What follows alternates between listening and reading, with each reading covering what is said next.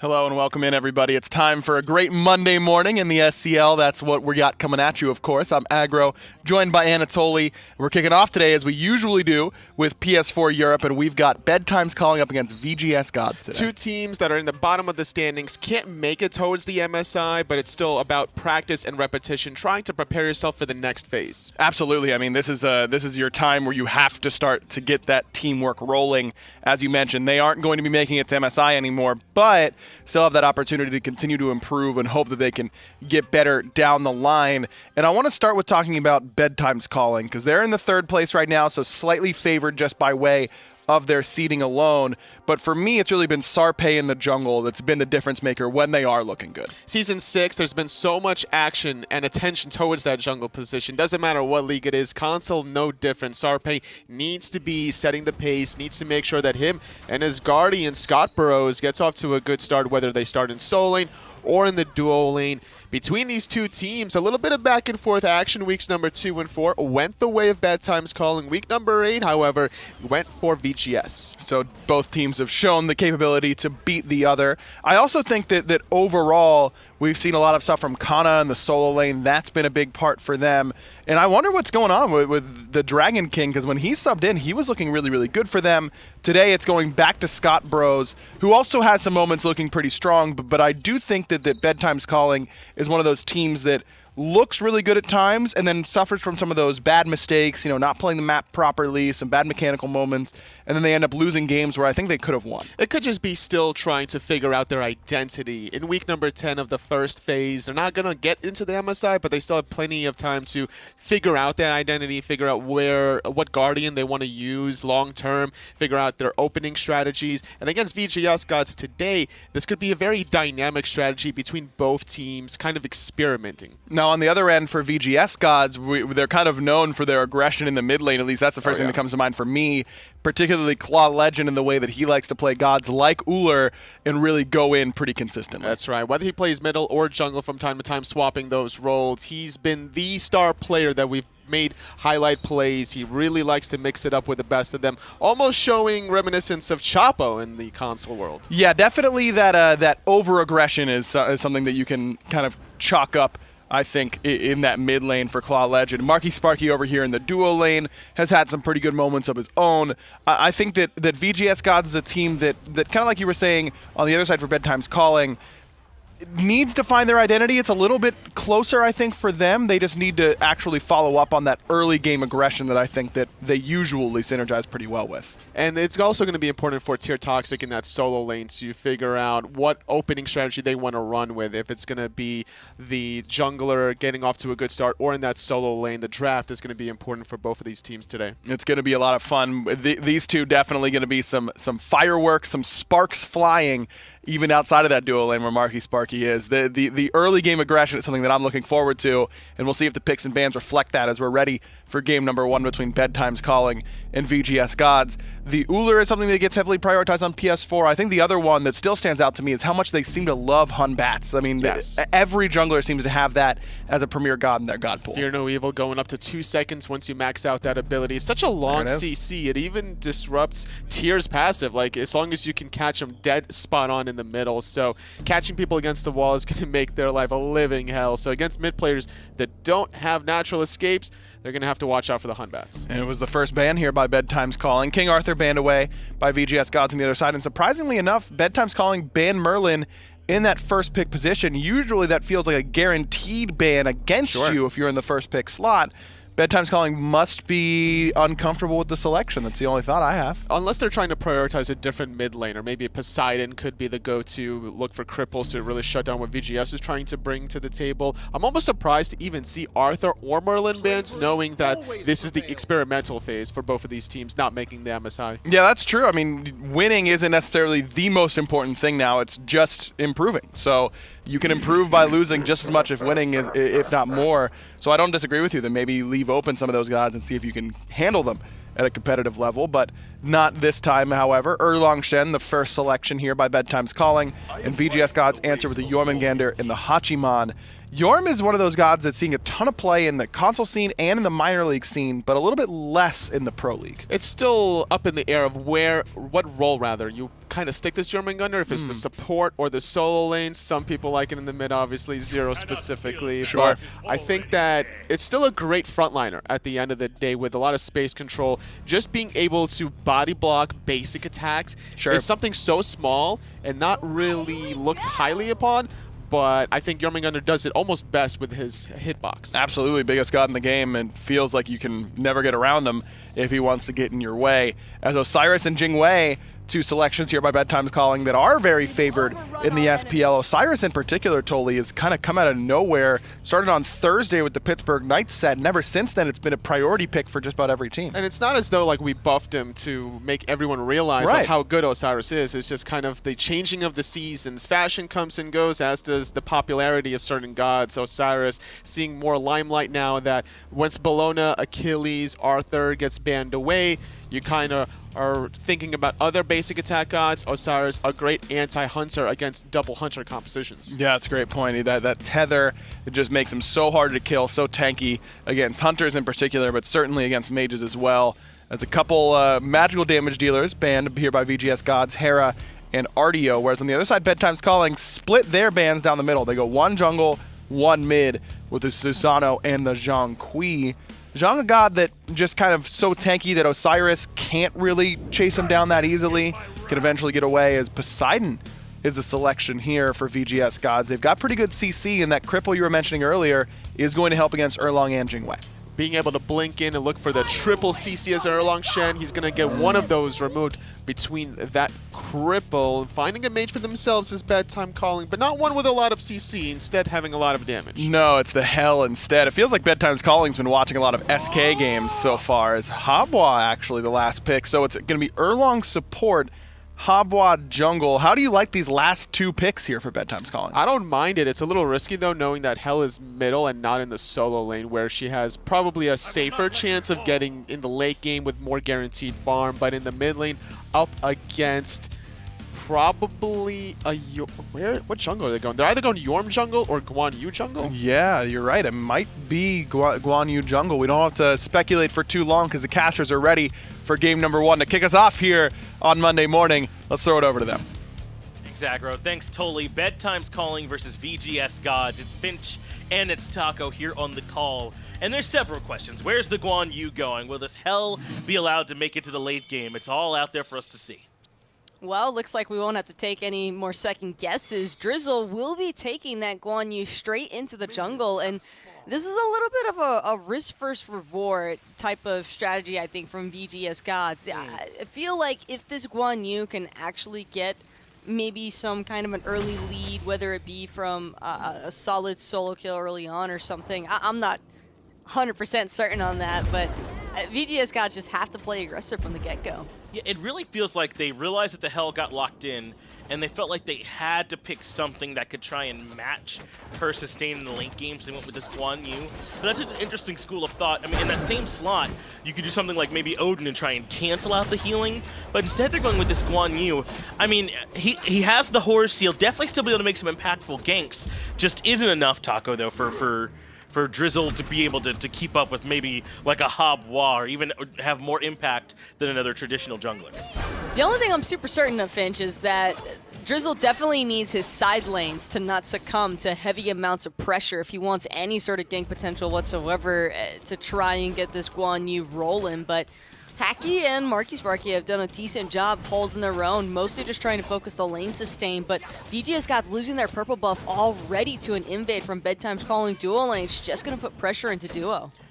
This Erlang Shen, the warrior support, has afforded them a lot more early pressure into the Terra Hachiman matchup, and as good as Terra and Hachiman can feel in lane sometimes, it's just hard to beat out what a warrior can do for you, especially in that level 1 and 2, where the pen can be strong for poke and clear at the same time.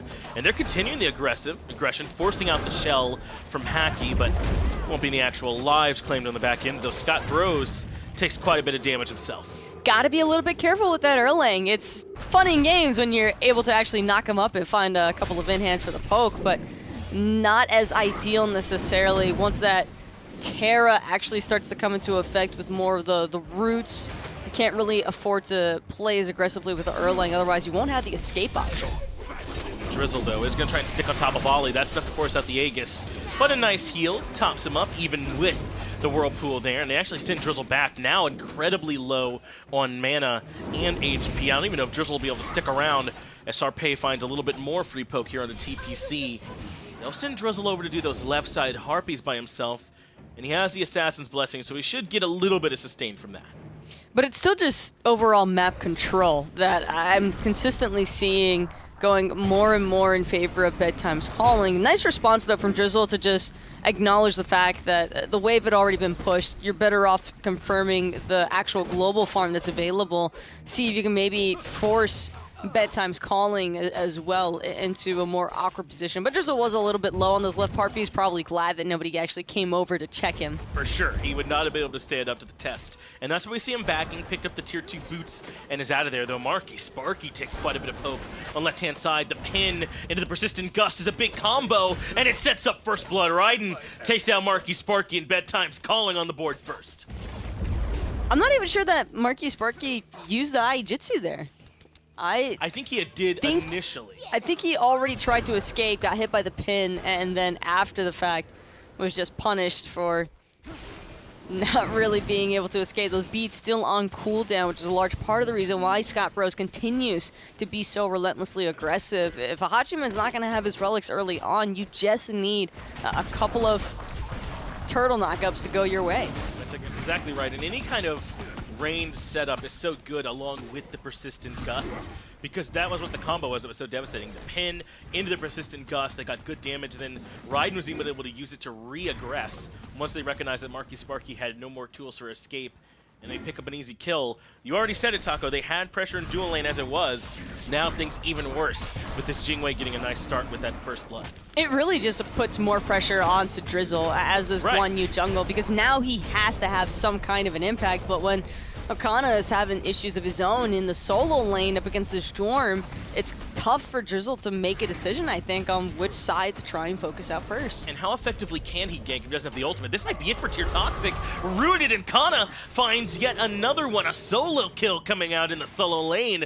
And Bedtimes calling have 2 on the board now, Taco, and now it becomes even harder for Drizzle, because this is the exact opposite of what your prescription was, right? You said you needed these 2 side lanes to both do well so Drizzle could be free to gank. Instead, they both had catastrophes in the early minutes. I'm not gonna lie, it looked like OCxnnahh was actually getting the worser end of that trade from Tier Toxic, but I think Toxic might have just overstepped their boundaries. After that World Worm ultimate essentially is down, I mean, you've got to remember, you aren't exactly the most mobile on that Jorm. You're the least mobile I can think of when you don't have that ultimate available, which is why so often, almost like a hard rule, the third charge of his ultimate is used for disengage. You use the first 2 for knockups and for damage, and then you reposition with that third one. But Tier Toxic stayed in the fight to contest the Totem of Ku, and oCxnnahh dodged 2 charges from the ultimate. He didn't take nearly as much damage as I think Tier Toxic was hoping, and because of that, it was really, really easy for the Osiris to just out-trade him in that 1v1. And he still had Lord of the Afterlife waiting. I mean, that's going to go the way of this Osiris every time. So both side lanes have effectively given up kills. Yes. Drizzle still hasn't really been able to go anywhere outside of the mid lane, and if this type of pressure continues in these side lanes, Finch, I think that it's going to start trickling over into the mid jungle for VGSGods regardless, just because oCxnnahh and Scott Bros, I think, are going to be a little bit more free now to try and look for invades. SARPEII moves in first. This could be trouble. Great crushing wave to reposition, but he'll be hunted down by the horse. But Drizzle, he gets the wrong read. SARPEII with the jukes, and the stun doesn't land. And now Drizzle without an escape might be too far forward. He's got backup coming his way in the form of Hacky and TPC, so his life is okay. But SARPEII with the moves makes it out of a dangerous situation. Pretty much read him like a book. Yeah. Drizzle really thought that he was going to be able to clean up SARPEII, and that would have been a huge kill as well to happen, but TPC's got to watch out for this hell damage. Already, OIIy taking out about 3/4 of his health bar with just 1 kit cycle. That's it, man. Repulse, I believe, coming in from OIIy. Hell's abilities are named weird. A lot of the old abilities are named weird, but I think it's Repulse. But either way, OIIy having a good game so far in this Hell. And really, an 0-0-0 Hell who's under no pressure is a great game for a Hell. It's exactly what you'd like, is for her to be very comfortably moving throughout the early game. And because there's been so much pressure in those side lanes, they don't have to worry nearly as much about rotations or ganks or anything like that. And Drizzle doesn't have nearly as much space with which to move and look to try and catch out OIIy, or try and even steal away farm and find a lead. I mean, this might be bad news, though VGSGods do at least have a Guan to try and match that healing in the late game. It's like the calm before the storm, essentially, for VGSGods right now. The longer and longer that this match progresses, with OIIy essentially being unpressured the entire time, the Hell is eventually going to reach a stage where the sustain could seriously be problematic for VGSGods, because I'm not seeing too many great ways for VGSGods to apply a Divine Room. Maybe TPC or Tier Toxic could look to invest for Divine early on, but the intent so far from TPC seems to just be prioritizing cooldowns as opposed to anti-heal. And so with that in mind, I think that Bedtimes Calling are really just trying to beat VGSGods at the sustain game. Yes, I think so too. And what's interesting is we haven't even really seen Bedtimes Calling employ any particular type of pressure or strategy or anything like that. They're kind of just coasting through this early game, and they've been able to just win the 1v1. Scott Bros and Raidunw won the 2v2 heads up. There might be trouble though for SARPEII, but a great 9 turns blessing from Scott Bros prevents any follow-up. That was actually sick from the Erlang to make sure SARPEII could not fall under any pressure. And just like that, SARPEII has been full healed, and now Bedtimes Calling want to try and get the left mid Harpies confirmed for themselves yet again. Buffs aren't up right now for VGSGods. It's mostly just Bedtimes Calling trying to leverage position over VGS. SARPEII recognizes those Harpies are down already and has to leave, is rooted, and now might be in trouble. Does still have the ultimate, does still have beads, but with Scott Bros nearby, he patiently holds on to everything and can even come get topped off if he can meet back up with OIIy here in the jungle. This Hell sustain is already proving to be powerful for Bedtimes Calling, and now VGSGods have got to find something, because clearly it won't even just be an even matchup in the late game, healer versus healer. They're going to go in with a disadvantage as Drizzle gets hit by the ultimate. Drizzle able to exchange ults essentially with SARPEII. Neither side's teams are ready to follow it up. Well, Drizzle knew that he was outmatched at the 2v1 situation against Scott Bros. Probably didn't want to risk having the Erlang delay him long enough for OIIy to clean up with some burst damage. So I think that was just a wise disengage from Drizzle. Yeah. But again, Finch, it just seems like more and more Bedtimes Calling are kind of free to do as they please. They absolutely are so far. And I was describing it early on as this Guan Yu trying to keep up with the Hell healing in the late game. The problem is that I don't know if they're going to make it there on even footing, even if you consider a Guan and a Hell even healing. I think they're pretty close because he's able to span that heal so often.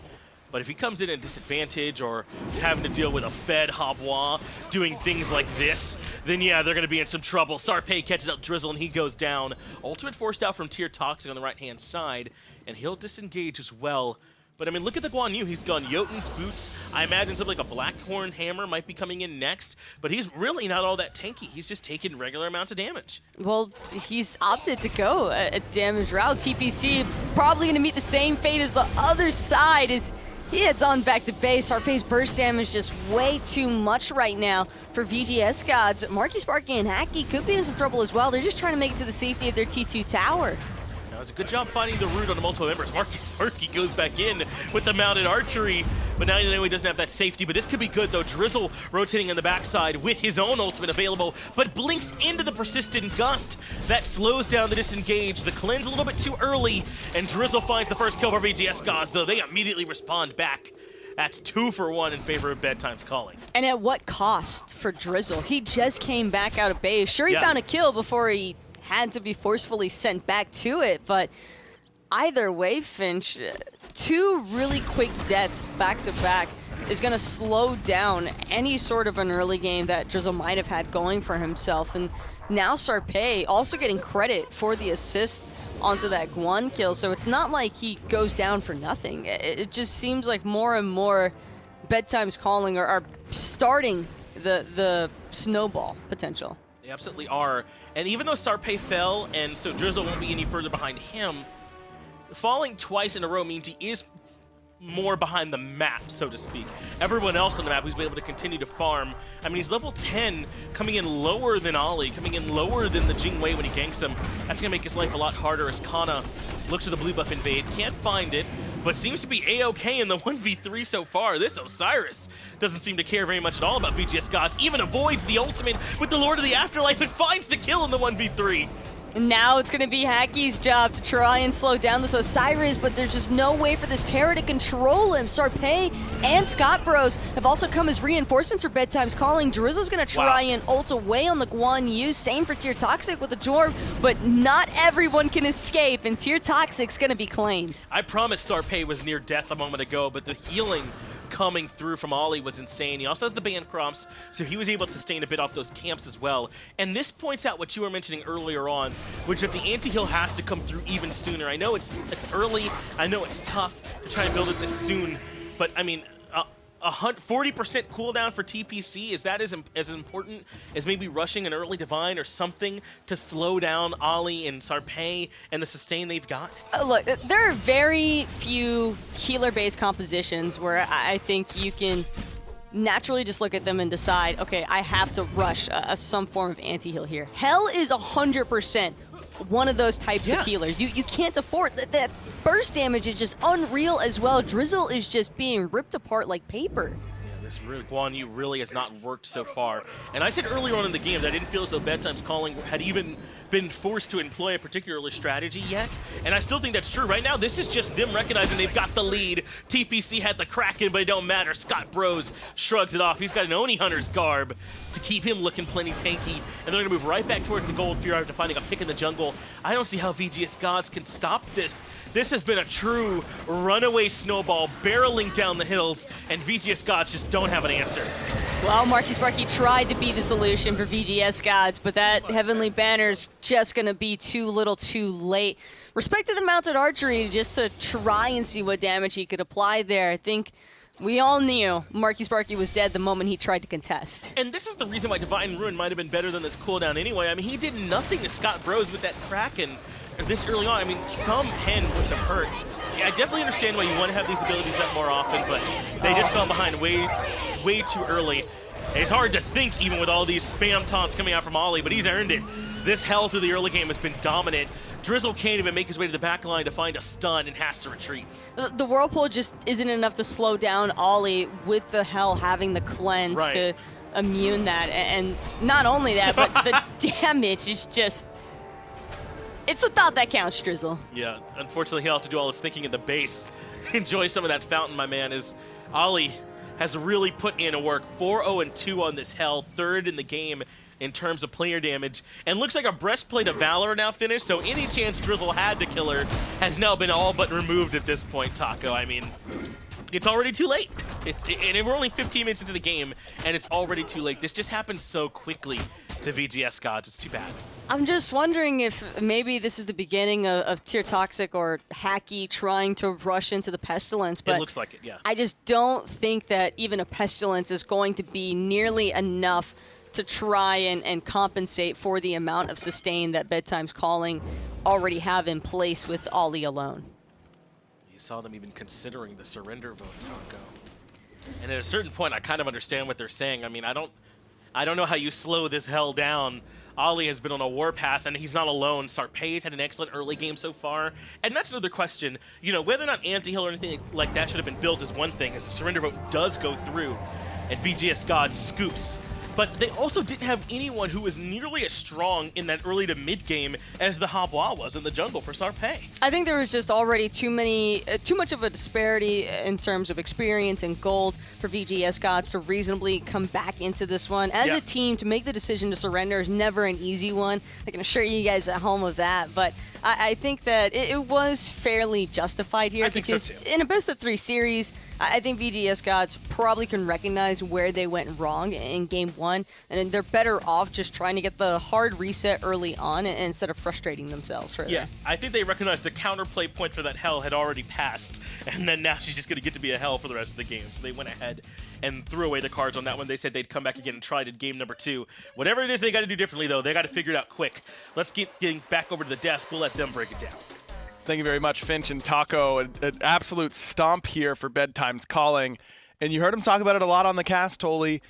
You got a Hell, you've got an Erlang Shen, you need anti-heal, and there was just absolutely none through the first 15 minutes. That's right. They started building it around 14 minutes, but by then it was too little, too late. 5,000 healing around that 13-minute mark out of OIIy. There was no pressure on the helmet because of how much action was in the dual and solo lane side and the jungle skirmishes. Yeah, Kana had a great game as well. I think lost in how well the mages played in the mid and jungle as the solo kill over there for the Osiris. He was consistently bullying out Tier Toxic. He had a massive level lead over there. But it really was, not only that, it was SARPEII and OIIy. This Habwa in the jungle, I mean, their final 2 picks were Hell and Habwa, and those 2 made a huge difference. Not only that, also, the Erlang support was a big deal to be able to engage all the multiple routes to allow OIIy not only the healing for his own team, but the damage to follow suit. Hell can do the best of both worlds. Even the early 14-minute Gold Fury that was being contested, it just didn't feel like VGSGods were ever as a full 5-man unit. They were always getting picked off one by one. No, this Guan Yu pick in the jungle as well definitely did not work out, with moments like that happening quite a bit to Drizzle, though he did get the only kill for VGSGods, so maybe it worked out better than I thought. I mean, Blink Guan jungle, what do? Blink Talu Assault them? I mean, it's slow. You want Blink burst damage or Blink CC, not Blink channel ability. So it's a 3-second channeled ability, but it does a lot of damage if it goes uninterrupted. I like the Blink idea for any jungler because it cuts the distance, and if you force an escape, let's say hypothetically Hachiman uses his mounted, like Jing uses the airstrike to get away, you can chase it down as long as it's not through a wall with your either your Blink or maybe even potentially the cavalry charge. Well, we were talking about Claw Legend in the mid lane for VGSGods, not here today. Instead, it's TPC filling in. He had a rough one. Less than 3,000 damage for the mid lane Poseidon. Poseidon supposed to be getting a lot of his purchase in the early game. Did not work out here for TPC. And TPC went for the build that we've seen in the PS4 League before, which is the full cooldown Poseidon build. I've been pretty adamant in my feelings about it. Toli, how do you feel about it? It didn't work out this game. There needed to be more prioritization against anti-healing. Divine Ruin would have helped out his damage numbers because of the pen aspect and also limit some of the sustainability on the opposite end. Bedtime Calling got a lot of value from this Hell. They really did. I mean, 5,000 plus healing, tons of player damage on top of that. And the cleanses as well were really big up against the Terra stuns, particularly the Guan Yu ult, which again, slow, calculated damage that takes some time to go off.